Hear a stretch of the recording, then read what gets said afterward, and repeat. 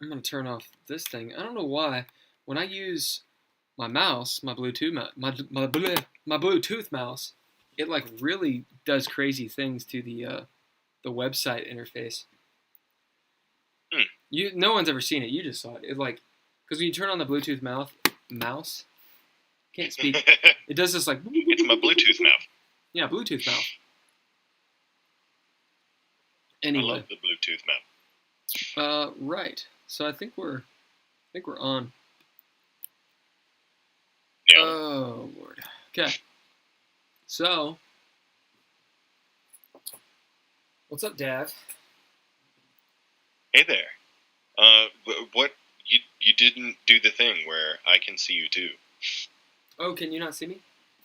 I can't see you. You are a disembodied voice.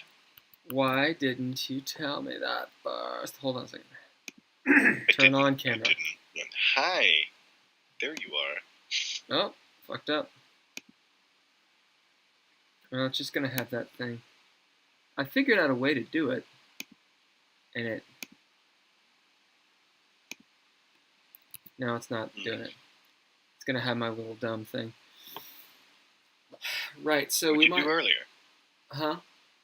What'd you do earlier? It worked earlier, right? Yeah. But I kind of figured it out by accident. Okay.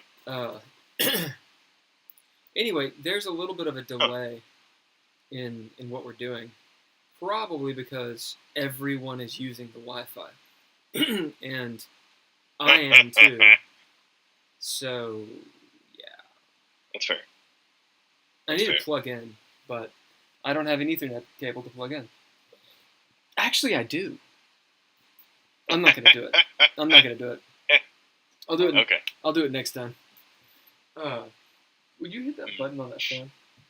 It's hot as balls up in here. Right, so we've got Chris Williams. I think I'm pointing in the right direction. That's me.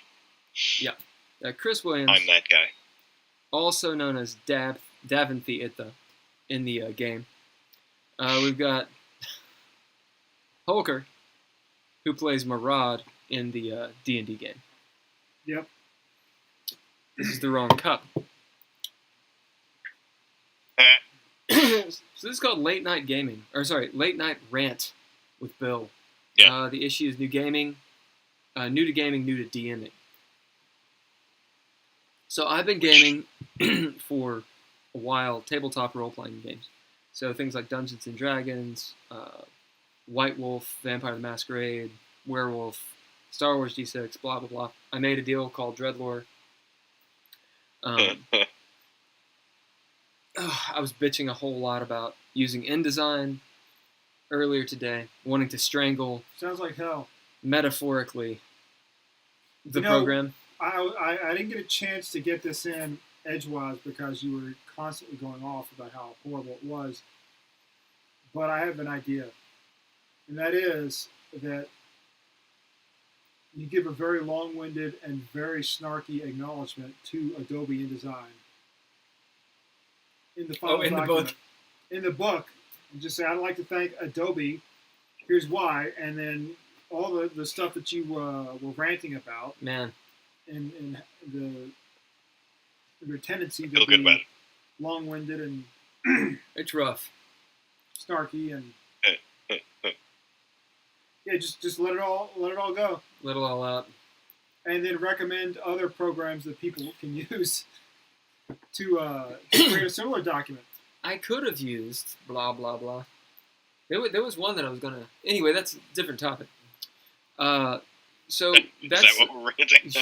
so that's sort of my background, and I run a Dungeons and Dragons 5th edition game on Monday nights, streaming here. These two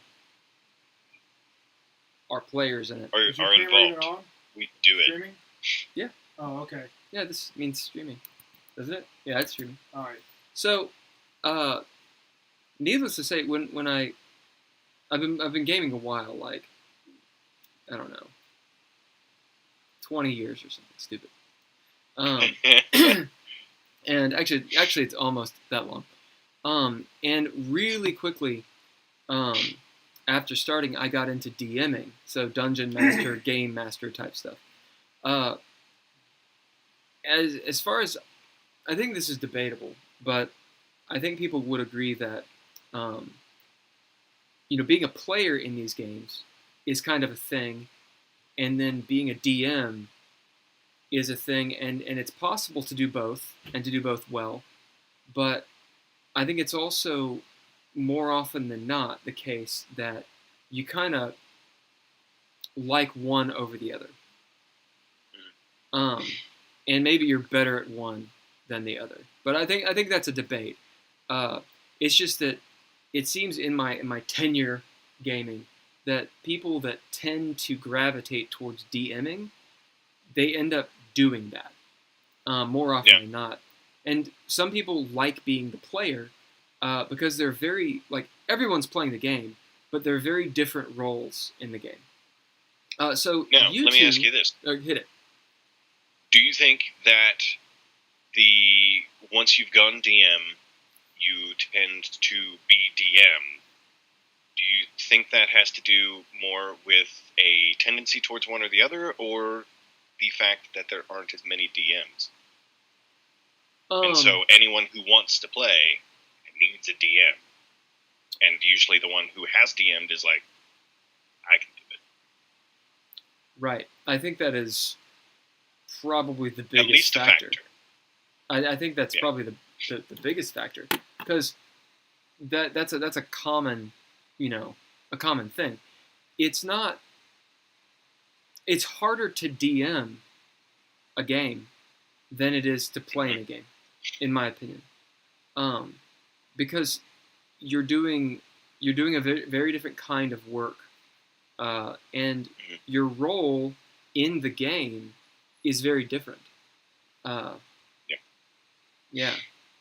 So I mean, well, I was going to say I'm starting to find that as currently I have run a couple mini sessions with my children. We've created characters with them and just run some scenes, more or less. Just little sessions, a couple hours here and there, where they go off on a little adventure in a place that they've found themselves. So they're a two-man party, and even just figuring out how to maintain the narrative and the story, just everything that is going on between two characters and a world that you're making up kind of as you go. It's got its challenges, to say the least. We have a third. Come on, come on. Oh, you got the shirt on. Yeah. You got to come in here and show the shirt. You're wearing the shirt. Hey. Hi. Yeah, she's also in the game. The last session. I'm also in the game. What? Yeah. The Richmond thing? Yeah, the game. Yes. The one game you're in. The game. Yeah. I've been working. I'm sorry. I'll do better. This is Emerus. Hi, guys. I'm Emerus. Judgment. Yeah. Also known as Hather. Yeah. Are you pouring wine? What? Are you gonna pour any wine? If you do, pour me some. So you want wine, is what I'm getting. Okay.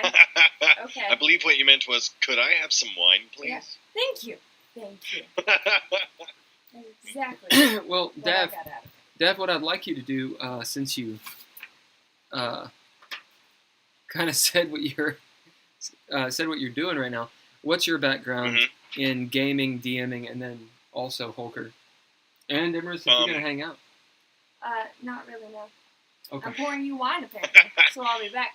Okay. Emerus out. So, when I was much younger, I can't remember exactly what age we're talking here. I was with a group of friends, and they were like, "Hey, you want to try your hand at D&D?" And I think we just had a random starter pack. Somebody who hadn't really ever played before dungeon mastering, and we just kind of went for it. And that was one session. I shudder to even call it a full session because we got in, and on the very first enemy that we got to, I think it was a fighter, at that point as well, just just went in, guns a-blazing, and just died. Just right off the bat, was dead. And I was like, well, that kind of sucked. That was level 1. Like, yeah, exactly.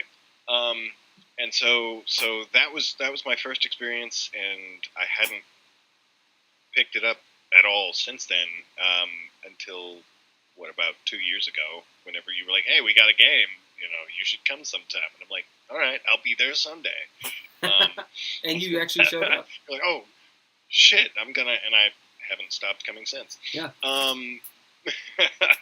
Yeah. So I've done tabletop, stuff since then, but I wouldn't really consider any of them RPG. They were all more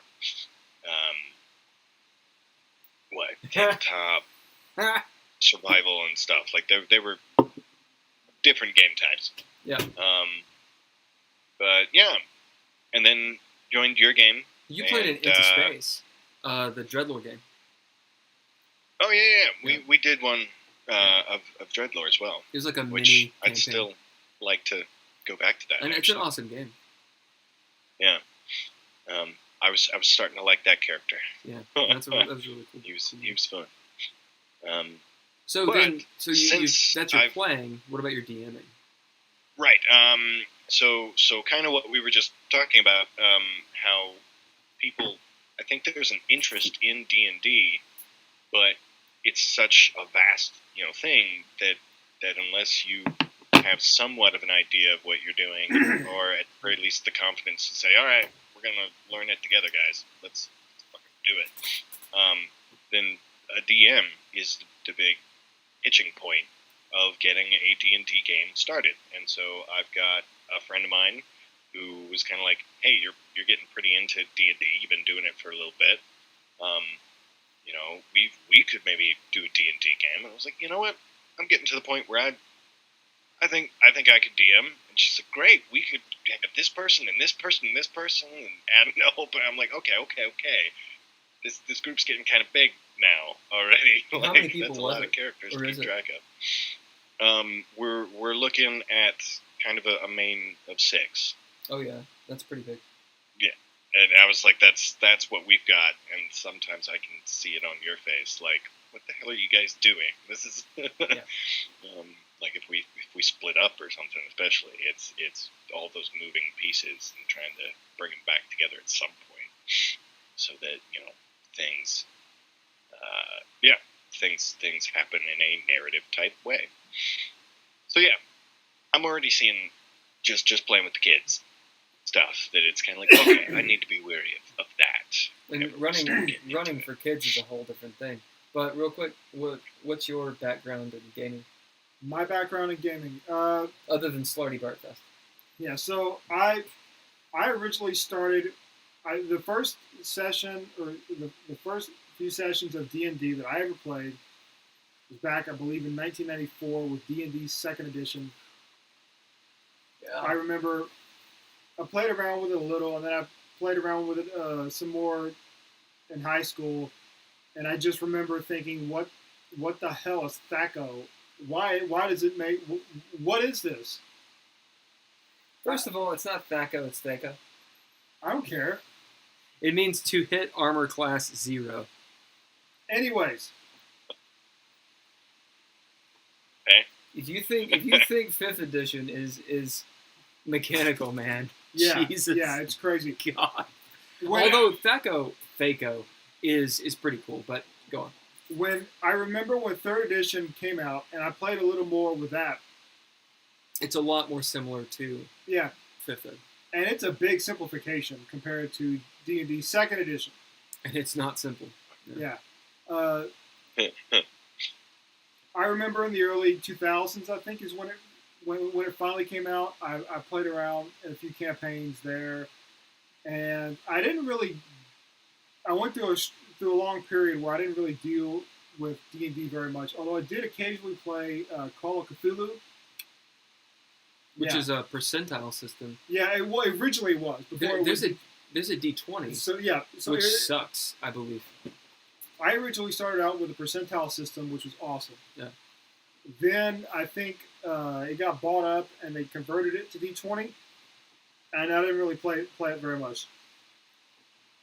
If I ever DM a game, it's going to be Call of Cthulhu D100. Yeah. But I didn't play around with it very much until Will finally invited me to play in his game back in 2012. Was it then? The drop. Oh, I guess it was the Yeah. Drop Near game. Yeah. There was a 3.5, D&D 3.5. Yeah, and once that ended, I didn't do much in terms of role-playing games until this Yeah. current Until campaign Richmond started. Fay, which is what we do on Mondays. That's it. So why have you only done why have you only been a player and not done any DMing? Laziness. Well, I think you touch it with a pin. You can be lazy as a player, and the game will still go. If you have a lazy DM, you have to have a very specific kind of game for that to work. For any length of time.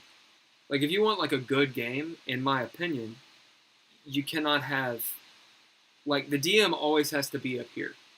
Now they're not always, but just as a seasoned game master,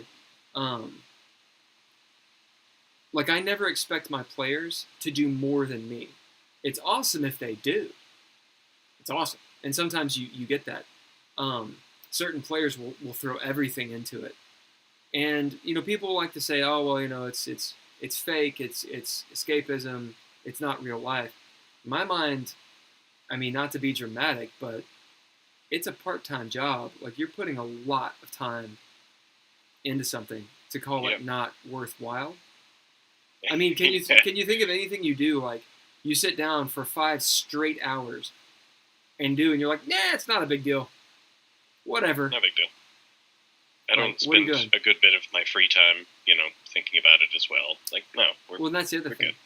good. And when you DM, especially if you plan, if you're doing one-shots or something, you don't really have to necessarily. And even if you're in a long-standing campaign, you can, as Nigel says, you can pull it out of your ass. But one, it's a skill to pull shit out of your ass. Yeah, it's a skill.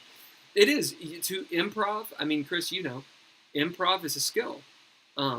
You got to work it. And yes, and I see. I gotcha. It's not only a skill, it's also, if you want a contiguous storyline that draws in players and keeps a narrative like which has energy and a vector. Well, and keeps your players coming back. Right. To keep playing. Well, a lot of games that I've seen people play, especially of people that are in their 30s and 40s, usually they have families, children, in-laws, all that kind of stuff, careers. They'll do a game where it's like 2 hours, and they'll do it like once every other week or once a month. Yep. And the games, those games that I've been in, not to disparage those people whatsoever, but those games that I've played in, I don't like them very much. And the reason is because it's not that the game's bad, it's just that it's like sitting down to watch a movie in 15-minute increments. Like, when I sit down to watch a movie, I want to watch the movie. If it's Lord of the Rings Special Edition, I'll watch it in parts. But I don't want to just be like, man, the 10 minutes up and it's time to go to bed. Like, I want to get somewhere with it. And those short games, it's like the investment cannot be that much. And so they're still gaming, but there's no investment. And so what happens is when people play and when they DM in those kinds of games, it's almost like they're reading a phone book. It's just very boring. Yeah. You know, I in can my see mind, that. why are you doing it? You know? The what really puts that in perspective for me is the fact that I joined, Richmond Fay like 2 years ago, Right. and we finally did kind of hash it out, and Dav has only been part of the group in game time, like I think to 2 months at most. It's a maximum of 3 or 4, more probably like 2 months. Yeah. Yeah, and that's with 2 years of real life commitment to this storyline, playing damn near weekly. I mean, there's been maybe a small chunk there where we weren't getting together every week, but generally speaking, we get together for 5 to 6 hours, in one day, and it's been, it's been pretty 2 consistent. months most. So, you coming from being very new to the system, having a lot of questions, and what was your mentality kind of when, how did you approach the system, D&D, D20, as far as versus now, as a player? As a player, at first, I think the biggest issue was getting to know the possibilities. I think as a brand new player, the biggest hurdle is just the mechanics. Is getting in there and saying, this is, well, what can I do? And it's not, and then you've got a DM like you who says, well, what do you want to do? It's like, well, right, but what am I allowed? Like, what? It's just learning those basic. You get an action, a bonus action. You can also do this. Like, they're just those mechanics that allow you to do whatever you want to do. And so that was the initial just like thing. Right. But playing with you guys who had already kind of been playing together for a little while, and just watching the way that you guys play, as you said, improv, I'll get into the RP, like I'll get into the role playing with like nobody, and then that's where I kind of thrive. So, but then the mechanics just start to flow a little bit more after that. As you're going, well, in the last the last and first version or first episode of this late night rant thing, the issue that I attempted to cover was the issues with die 20 systems. And I think the kind of games that we run or that we like to play that deal a lot with immersive role playing, I think D20 just fucking gets in the way. The game's great until you have to use the system. And then it's like, well, wait a minute, you only have 30 feet of movement. Wait a minute. Yeah, you can technically jump with your super boots and your giant strength, but technically, your speed... But that's nerfed because of your speed. It doesn't make any sense. But at the same time, I think that is one of the challenges of D20, that if you're playing D20, you either have a DM that nerfs it a little bit for you, or you're constantly working around those rules anyway, or tweaking them to make a game that you want to play. In D20, which yes. I like. In that definitely that's one of the things is that like you have a modified game of D&D 5e that we're playing. Oh yeah. And I love the modifications. It just also puts me in a position where, as a DM, it's like, well, what kind of things do I want to do and change? And I've already got one of my players who's just like, okay, so I want to use a whip so that I can use the Thorn Whip cantrip. Is it possible that I could maybe find a magical whip that whenever I use the whip, I would also be able to be using that cantrip Thorn Whip? And I'm like, It's just right off that. It's like, you'll allow them to do that. You will allow it, and it will bite you in the ass. I've already started looking at it, and I'm like, okay. It's gonna bite you in the ass. She's like, well, here's what I want to do. I was like, okay. What's her class? She is a dragonborn druid. Oh god. Yeah. So she's a druid who wants to use a whip? Yes. Interesting. Because she's got the thorn whip cantrip, and so she's like, ooh, and then I can make it a whip, and it could be like, whenever I use the whip, it would throw the cantrip as well. I'm like, okay. Yeah, but technically speaking, does she play WoW a lot? She probably has at one point, but I don't think she does. The reason I say is, in 5th edition, and people can argue, because I'm by no means a guru of 5th edition rules, but the druid is all about wild shape. As in, the power of a druid is being able to turn into animals and heal when you wild shape and all that kind of shit. So that's what she's going to want to do, yes, ultimately. That's why she went druid. So is she going to turn into like a gorilla and use a whip or something? Or? Okay, so ultimately what she wants to do, because she's a humanoid, dragonborn, essentially, she wants to she wants to shove a whip up her ass and be able to use the whip. Yeah. She wants a tail. As a tail. My biggest... Yeah? My biggest issue with druids is that they were all bark. So essentially, what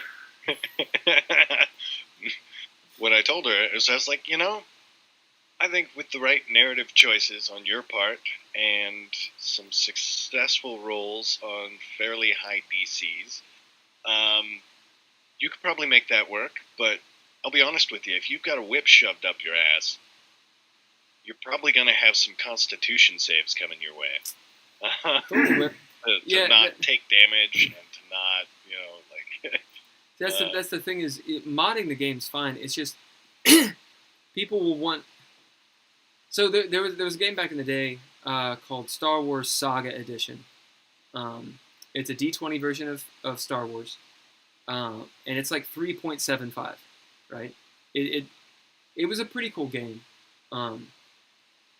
It was broken to hell if you played a Jedi or someone who used the Force, but like really badly broken. But the thing about that game was it's class-based and it's level-based because it's D20. And you get into a thing where you say, okay, well, I want to be a Jedi. That's one of the classes. But at level 1, you're not a Jedi. Even though you have the Jedi class, you're not a Jedi. Until, I think it's level 7, you're technically a Padawan. The thing is, though, in that game, you could shoot Force Lightning at level 1.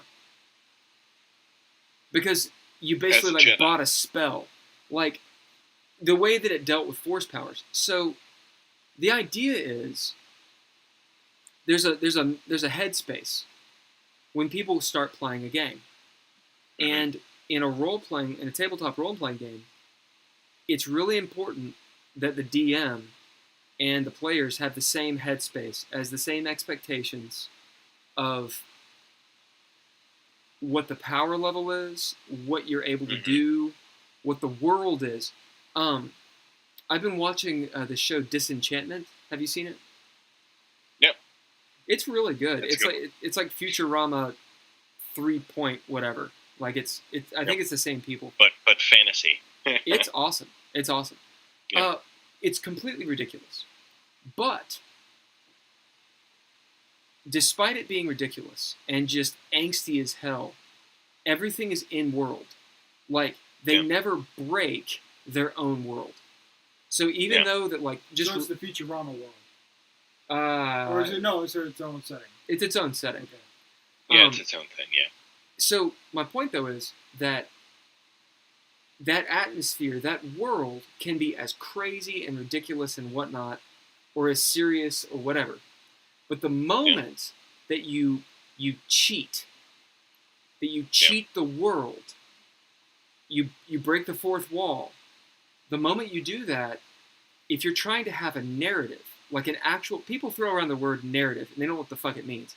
When you're actually trying to have a story that people give a shit about, that has it's got to follow its own rules. If it doesn't, then you can have fun. I mean, lots of old school D&D. It's like you open up a door. There's a Rancor. What? Why?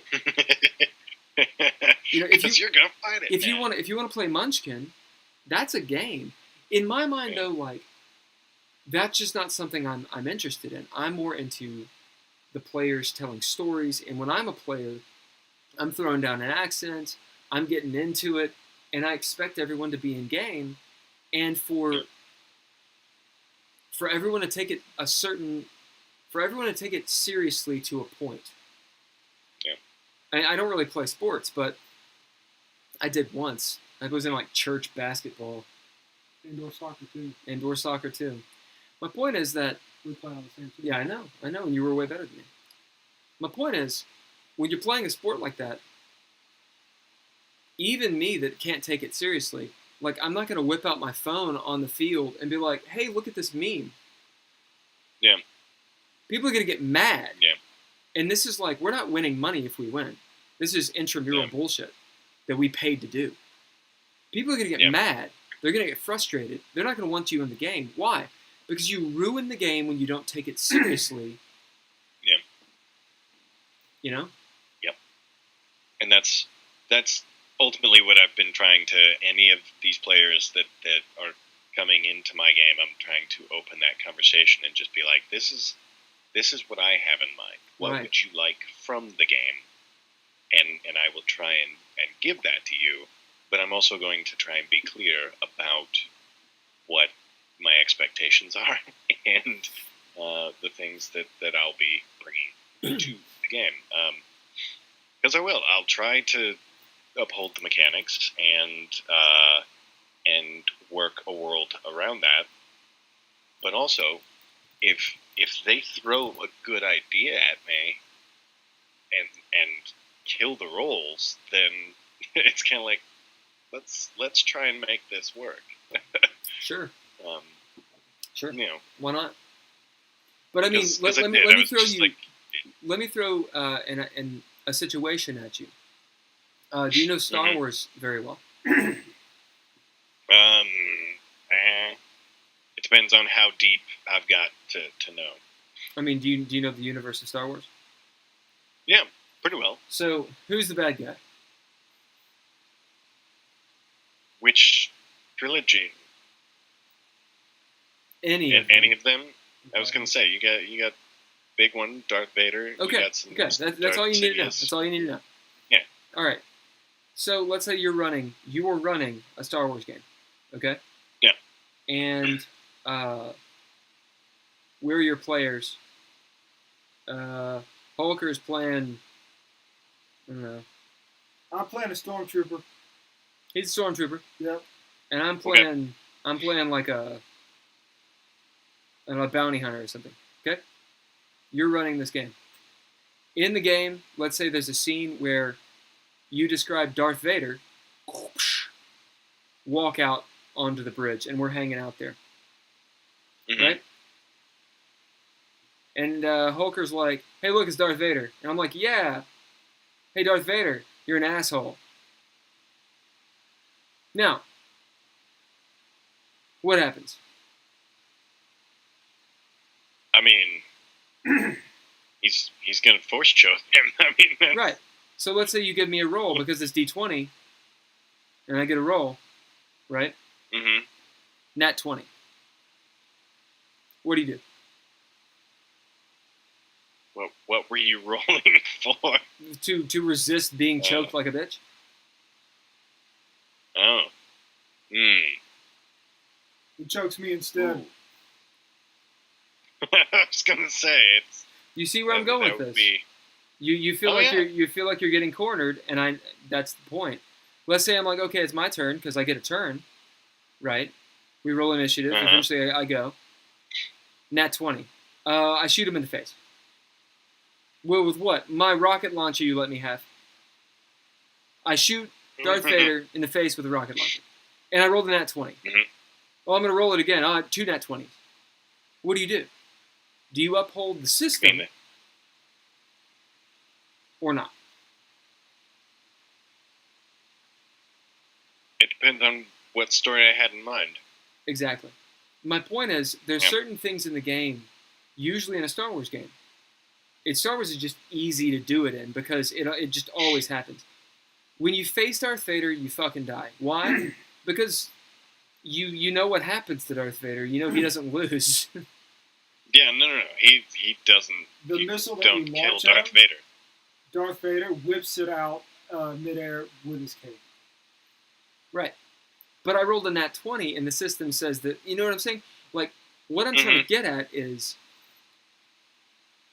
when people start saying that the dice are what matters, they're missing the point of the game. Yeah. This is highly contentious, what I'm saying. People will just argue the shit out of this. But in my opinion, the moment that you're like, no, the mechanics are up here. It says so in the book. Actually, you need to read the fucking book. It doesn't say that. It says it's at the DM's disposal. Yeah, it doesn't say that. It says, use these rules to kind of figure it out, but what the DM says goes. Me Handlebar says, my DM plays where nat 20 is the best plausible outcome. So if the best plausible outcome is for you is that he doesn't force choke you long enough to kill you. Right. Okay. I like that because ultimately speaking, that's kind of where I figure into that is that sure you may have succeeded on that, but it's fucking Darth Vader, and so you didn't just blow up Darth Vader. That's not what happened. For some reason, he was feeling generous that day, and you didn't die. That's what a nat 20 gets here. It's that he didn't straight up murder you, because he's Darth fucking Vader. There's this kind of thing happens, I think, with like big plot, like Vampire the Masquerade has, and I by no means know all the lore of Masquerade, but one of the mainstays of it is Cain, like Cain and Abel. Cain is where all vampires came from, basically. And his children, the different generations of vampires are really powerful. And as you get away from Cain, the higher generation you are, the weaker your blood is, basically, right? So if you're a generation 5, which is really old, and Holker and I are generation 12, you're going to rock us for days. Like, that's just going to be it. So there's this idea in the lore that really, really old vampires, specifically the generation 3, they're called antediluvians because they're before the Great Flood. So if you're one of those, which you're not, those are NPCs. They're essentially gods. They're like demigods. And their stats are stupid, and they have all the abilities, and really they don't really even have stats. But you'll hear people talk about their Vampire the Masquerade games. And they're like, oh yeah, I did this and this and this, and I was super powerful, and I had this flaming sword as a vampire. And we totally stabbed the death out of one of the Generation 3s, and now I wear his hat. And you're just you're listening to it like, you guys spent hours and hours and hours, and it's like you missed the point of the lore. Like, I'm sure you rolled a lot of successes on your dice, and you all had a lot of fun. You just did it wrong. You're just wrong. You're just wrong. You're wrong. You need to stop. And that's the problem. Valid. I come off like a fucking elitist. Maybe because I am. Maybe. The point could be argued. Do you think you'll continue DMing? I mean, obviously you'll continue, but I don't see why not. I don't know where it'll go from there, but just in general, it seems like it's going to be a lot of fun. What's the difference for you? because you've done it a little bit. What's the difference in your mind between being a player? Because you've been my player for about a year and a half, and you've had some really good sessions, and sometimes we fought. So how do you? I wouldn't say we fought so much as we. Will's like, no, we were fighting. You just didn't know it. What do you think the difference is for you, DMing versus playing? I think the biggest thing for me will be adding in extra characters to play and having fun with NPCs and just generally that continuous back and forth of, oh, you want to do that? Well, the world is going to do this then. For instance, in one of the sessions I ran for the kids, I sent them on a mission to a house for somebody, and the person that sent them on this mission said, keep it quiet. I don't want the town to know what is going on. And they were like, okay, cool. So they go to this house, they get in with no problem, they're chasing, a mouse through the place, and Evie's got speak with animals, so basically they get to this scenario, and let's see, Anthony was trying to do one thing, he was caught in one room, and then basically she had run off with the other thing, and so he yelled down the hallway to get her attention, and I was like, you yell? Okay. Alright, fair enough. And a few, moves later, as stuff is kind of starting to ramp up, there's a knock at the door. And Anthony's like, okay, you go talk to the mouse, I'll go get the door. It's like, okay, cool. They're splitting up, they're doing the thing.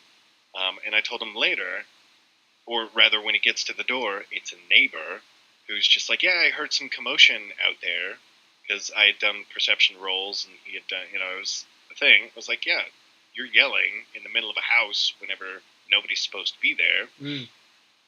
The town is, somebody's around, and they heard it. Now you have to deal with that.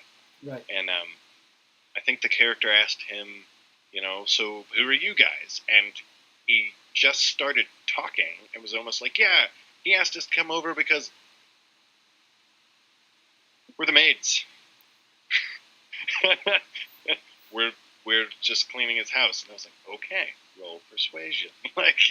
Because he did. He finally, as he was speaking, remembered, oh yeah, the whole thing was not to get caught, or not let the cat out of the bag. And so his character realized that. I don't know what this neighbor was going to do if he hadn't done that, but at the same time, yeah, he succeeded on the roll. But then again, there's also a moment where he's playing a 2'8" halfling, and so he rolls up into the bar, and he's like, yeah, so I hop up onto the stool to talk to the barkeep, and this happened. I was like, all right, roll athletics. I got to roll to get up on a chair. I was like, it's a bar stool, and you're 2'8" high. You don't just automatically climb up onto the chair. You're going to have to pass this one. And he rolled a 3 and a 2 and tried it one more time. So he fell over 3 times in this one interaction, and he loved it. Yeah. Because he was getting into that. This is what I want to do, and this is what the dice rolls are indicating how successful that action was. And he's like, yeah, all right, I'll roll with it. Like this. That's one of those things as a player, honestly, that I enjoy. Sometimes it is very frustrating whenever you are not getting your rolls, but narratively speaking, just being in that mindset of sometimes as a human being that has to live, breathe, and exist, I have a goal that I have set forward that I'm like, I'm going to do that. And then if I were to compare the actual results of that action to my initial goals when I set out to do it, it feels like I rolled a 1. Like that's in real life. Sometimes that happens. The difference is when you're playing a video game or when you're in real life or whatever, and you roll the proverbial 1, mm-hmm. you don't have the DM there to yell at and blame. Yeah. That's the difference. Is, how often? Granted, I'm a fairly angry person, but how often have you been playing a game and thrown the controller? I mean, if you haven't, then you never really played the game, in my opinion. They're expensive, so I try to take my anger or something. NES, Nintendo, baby. You could throw those controllers. Yeah, you could. You could. Yeah, like a Nokia 3310. Like you could just. It's awesome. Awesome. But yeah, so for me personally, I think. But to not care. Sorry, go on. Sorry. Well, no. I was just gonna say there was probably about a month ago, when I lost that amulet that I rolled just once. It felt like that's all I was rolling all night, and it was just a hard night. But at the same time, it's like that's just put my character through more stuff. You were so pissed when you lost that cursed axe. I didn't think about it. You're so mad. Much bad stuff has happened after the curse was lifted. And I know why you were mad. Yeah, I didn't think about it at the time, but I was like, oh yeah, he lost the con bonus. That's what it is. Yeah. That's exactly what it was. And not only did I lose my con of 20, I also got a -4 to the 16 that was my natural constitution. You mean when you lost the amulet? So right. It's because you were just trying to give me a -4, and so you were like, it'll be temporary, but yeah, for now, I went from a Constitution 20 to a Constitution 12. It was like, yeah, that's pretty rough. It just hurt. Yeah. Although it got healed, or you're back up to 16. Mm-hmm. You're back up to 16. Mm-hmm. Yep. And then. But that's what I was saying. And in that scene, though, because you were being the player, you had literally a Goodwill bag trough full of magic items. I was literally rolling randomly. I rolled a cursed battle axe and a poison dagger. It was like a +1. And that was it. And I was like, you know what? I'm going to choose 2 other ideas that are powerful magic items. They're utilitarian. They're not weapons. Yeah. And you chose the goddamn axe. Yeah. I did. Why'd you choose the axe? You have an axe that is an axe. It's made of the knuckle bone of Orcus. Why do you want another axe? Well, I don't have that anymore. Not anymore. And at that point, I didn't have it. Not anymore. It was in Poe's pocket because Dav has been trying not to carry a bone of Orcus through Dis. Why? Because at this point he doesn't. He wants to keep that to his chest. Like, he doesn't want to broadcast a bone of Orcus in Dis. You guys gave it to the angel. Yeah, we did. Which is good that I've got another axe now. Which I'm terribly interested in what backlash that's going to cause. Well, it's not cursed. Huh? It's not going to be cursed. The Orcus axe is definitely, that's not out of the game. Have no fear. Yeah. Anyway. Oh, no. I know that's coming back. Also, a side note, or at least, is the axe I have now, would a tuning to it give it more properties? That's something we got to talk about on Monday, just in maintenance. Okay. So we should talk about it on Discord, because I meant to. Yeah. everyone got a thing, and that's one of the other mechanics that I'm drawing from DreadLore into D&D. Yeah, basically, magic items in DreadLore work like this. Nothing's really magic. Nothing's really magical.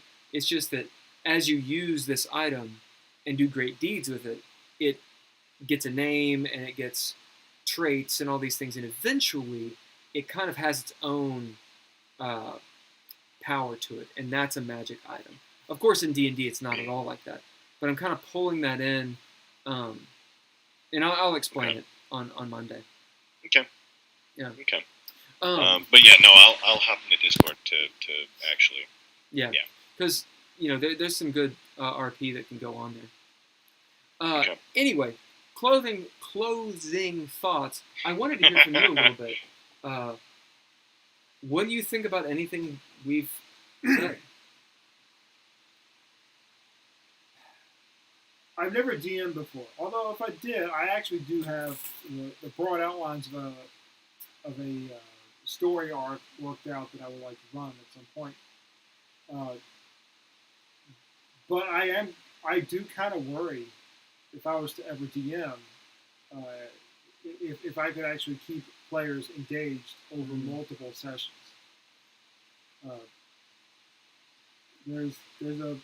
Seems like there is a fair amount of work that goes into it, and once you have a session, I'm assuming you have to think about what was done and how to push the story forward for next session.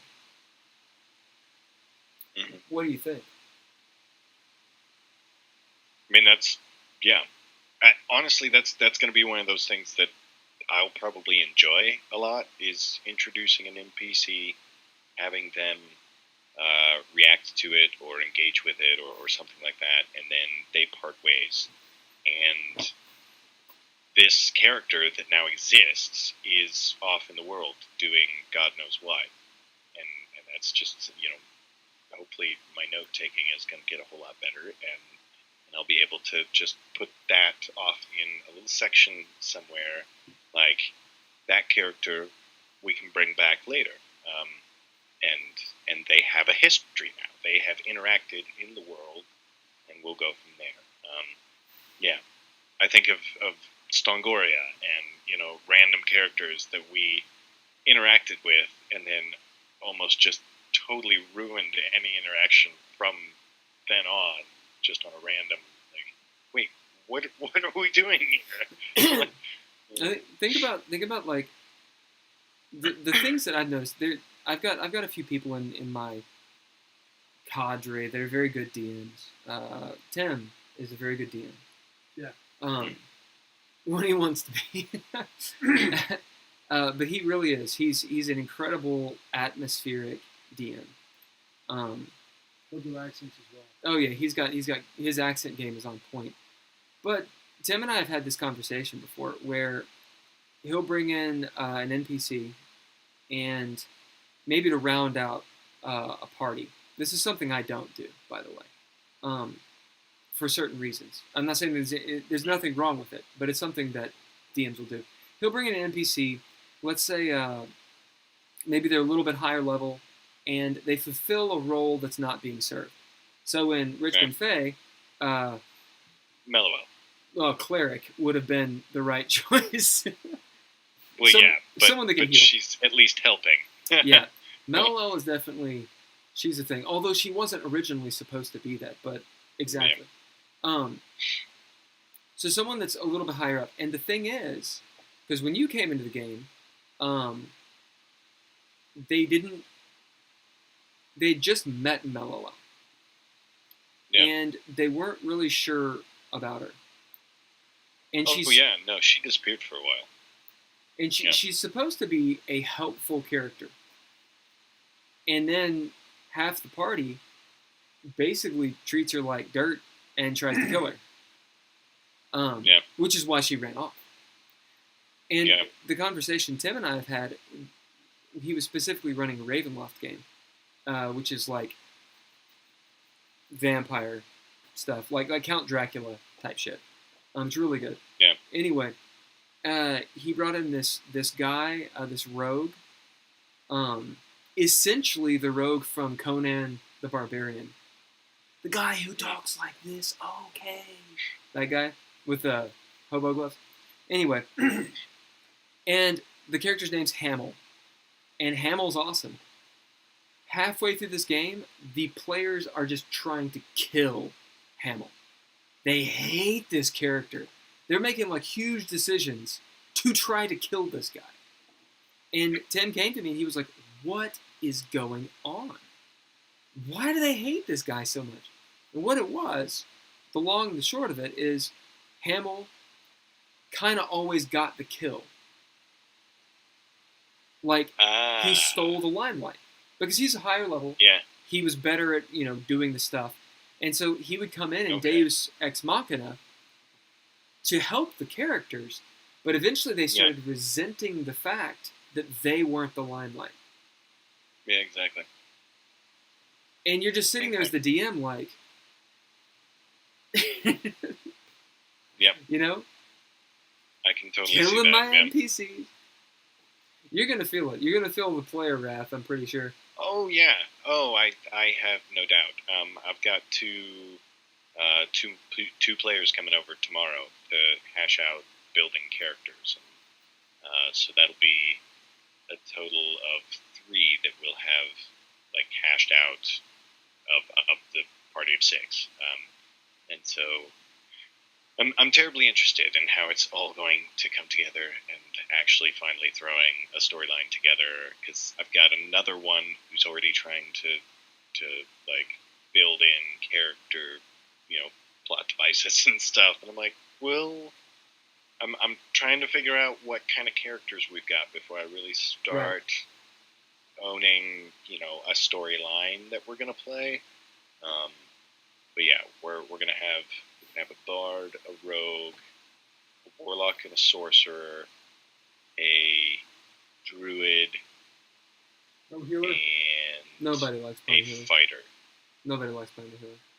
Although clerics are awesome. Nobody. I'll play the hell out of them. Yeah. Yeah. Cleric, So, paladin. Yeah. Oh yeah.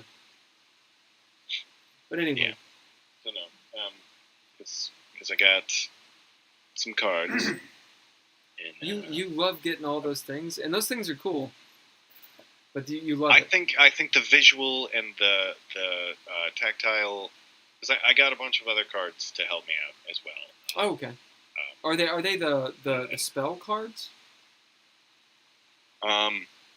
That's what the druid, and I got some paladin ones for Anthony for his character, and I think those are gonna be really helpful. But then I got some card packs that were for magic items, for monsters, and for creatures and NPCs.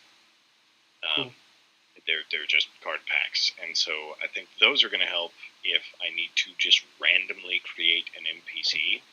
I can be like, hey, it's basically there's a card for a wizard of any race. Right. Like, here you go. There's their stats to just create a random NPC. If you need any resources, I've found some really cool random generators. Okay. Especially for dungeons and that kind of shit. Awesome. Because to me, that's going to be my biggest thing is I like yes-anding. I like the improv, and so it's like just going through it and creating random people is totally fine to me. But then having all the stats that come along with just creating a random person that they have to interact with, because as the DM, now you are in the position where if you've got a player who's like, well, my character's going to punch him in the face, it's like, well, now we're fighting with this person you just met because you're okay, and you have to have all those stats now because they're fighting. And so the logistics of all of those interactions are still pretty daunting at this point. Sure. But I think we'll be fine. You eventually get a shorthand where you realize, and 5th Ed's pretty good about it, but you realize that there's only a few stats you really need. And some people get very granular about it. And I've got one friend, Telvin. That dude, I mean, straight up, pretty sure he could tell you. You could be like, hey, so, what are the stats for a young adult dragon that's black? And he'll be like, oh, and he just knows it. He knows all of it. Nice. Nice. But I feel like you eventually get to a point where you know the stats you need. You know their AC, their hit points. You know their to hit. And in general, what's the shit that they're not good at? They don't have a bonus. And then what's the shit they are good at? And you just set a DC for that basic thing. So, because if you're playing a narrative game, the story isn't about the NPCs. The story lives and breathes by your players. Just like a movie, whoever's on screen, that's who matters. Yeah. I mean, like, how much screen time does, like, a Bond villain get? Not that much, and yet they matter in the story. What I'm trying to say is, though, those are seminal moments, and they're not the protagonist. Yes, they matter in the story. Yes, they matter in the narrative. But the fuel that actually makes you keep on watching that movie, it's not that one scene. It's the protagonist. It's your players. And as a DM, especially a new DM, but just DMs in general, it's very easy to just fall in love with the sound of your own voice. And what's really weird, or what was really weird for me, was being a DM, and then going back to being a player. Yeah. And learning how to switch, especially when you would do something different. Yeah. I mean, I've been in, like, actual fights. Granted, they were whiskey fueled, but actual shouting matches with basically the DM that taught me how to game. And I was like, what you did was wrong. And I'm right, by the way. Well, that was the other night whenever I made that comment to the guy in hell, and you were like, all right, roll initiative. I was like, wait, no. The Cornigan? Yeah. Yeah. And just, it was, no, I wasn't trying to, like, be disrespectful and make sex joke. I was just trying to get in there and do the thing. And we went back and forth a little bit, and I was like, can I at least roll a perception or a persuasion? You're like, yes, absolutely. It's like, oh, I found the magic words. Okay. That's it. That's it. But that's the thing. That's the thing is, you get to a point where, because you're training people, you being a DM now, a new DM with a new game, with new players, you're training people how to play. And there is a point where you're going to be very open to everything, and then you're going to realize that's a mistake. Because, I mean, you have children, so I'm sure you're way better at this. There have to be rules. And you got to stick to them. You set boundaries. You've got to. Children rise or fall to expectations. But yeah. Not to say players are children, but players are children. But players are children, yes. Playing adults. I know exactly who I am. Damn it, it's a child. Sorry. I'm a dude playing a dude acting like another dude. Like anyway. a dude. Anyway, we're at 12:08. It is last thoughts. Last thoughts, and we'll wrap this up.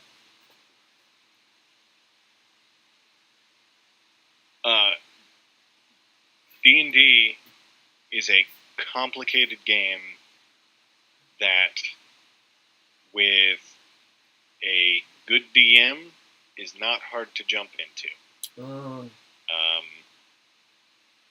I think, as you stated just recently, the DM, it falls on them to help their players operate within the world that they're creating in such a way that benefits everyone. for the story and the play. Yeah, I think that's generally my takeaway. Is that you have taught me quite a bit about the entire thing, and you have not only done that, but you have put the interest in exploring the mechanics and the gameplay styles and just diving deeper into the game to the point where it gave me the potential confidence to ride that beast. Oh, what happened? I think it disconnected then reconnected. Oh. Well, the point is you got that that you're doing it, which is awesome. Yep. I'm interested in where your story goes, and in I'm interested in whether you enjoy DMing more or playing more after you've done it a while. Yeah. I think they're going to be different, but I don't know which. You might like them the same. Yeah. Poker? Yeah. No. Yeah, that's it. All right, man. Chris, thanks for jumping on. We will do this again. Most definitely. I've got several ideas for the late night rant. Yeah. All game design crap. I'll tune in next time. You'll tune in? Good. All right.